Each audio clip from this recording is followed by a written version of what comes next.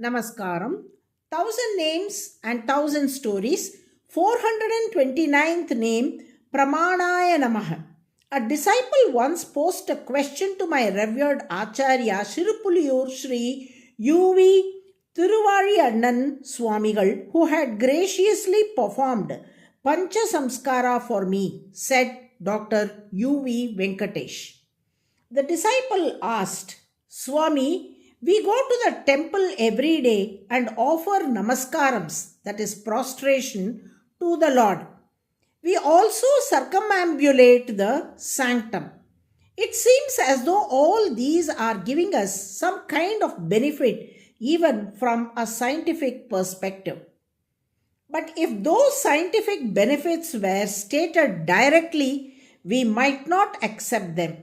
So perhaps that is why our ancestors told us to do these acts in the name of God, presenting them in a veiled manner.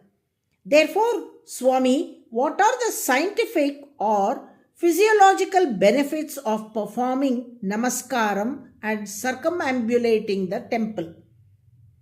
To this, my guru gave a thoughtful and fitting reply.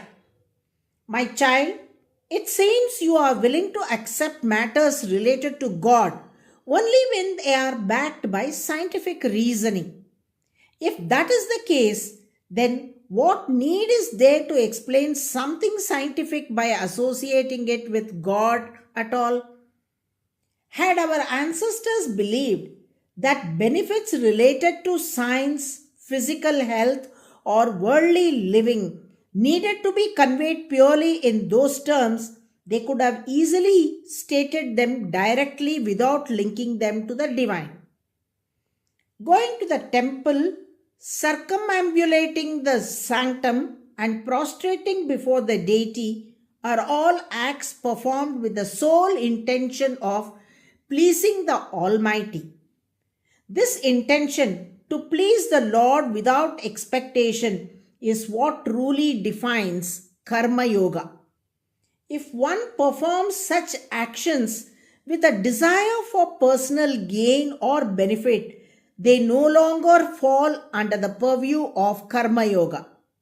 Similarly, daily practices such as morning bathing, Sandhya Vandanam, Pranayama, and Puja are meant purely to delight the Lord, not to serve any worldly or material purpose. You may ask, don't these acts also bring material or physical benefits? Don't they contribute to our health? Certainly, they do benefit our health. I do not deny that. However, the purpose of performing these acts is not merely physical well-being. They are aimed at something far higher, Bhagavat Preeti, the pleasure of the God. To explain with an analogy, if a boy walks to school every day, he naturally becomes fitter and healthier. But that is not the reason he goes to school. The true purpose of going to school is to gain knowledge. Physical fitness is simply an incidental benefit.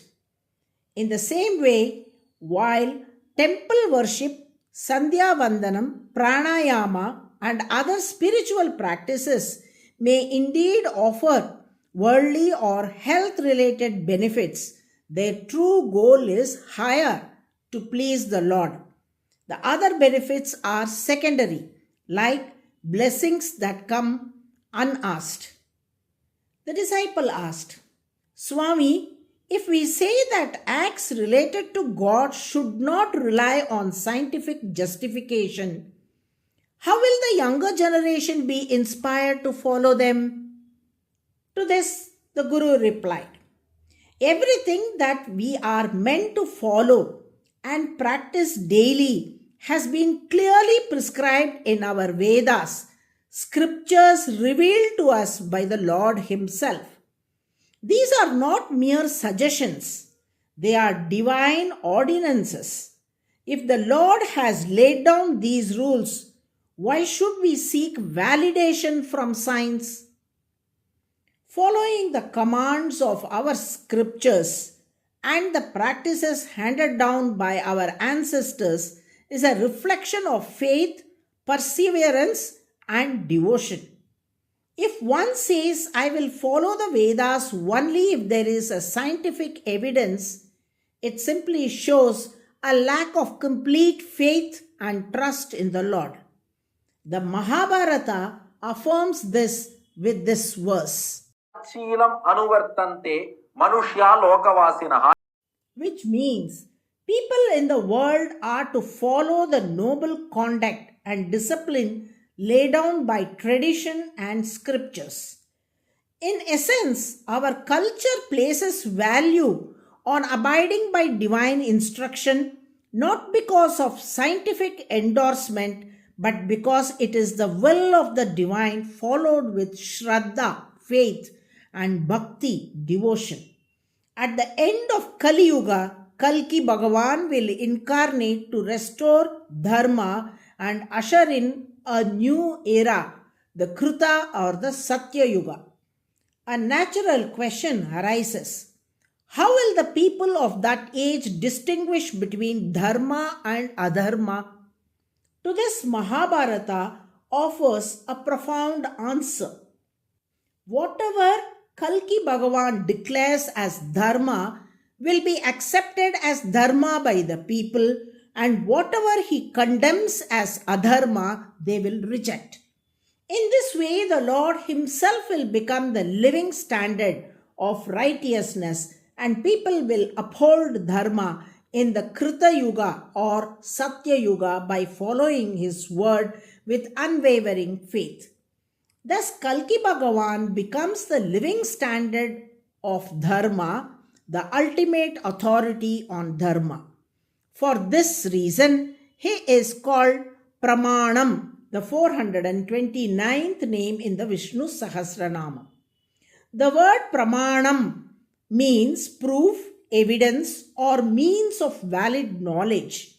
Since he himself serves as the definitive guide and infallible authority for distinguishing between Dharma and Adharma, he is rightly called Pramanam, the very embodiment of truth and the standard by which righteousness is known. By daily chanting PRAMAANAAYA NAMAH, the Lord will graciously bless devotees, causing faith and conviction to grow and flourish in their hearts. Narayana, Narayana.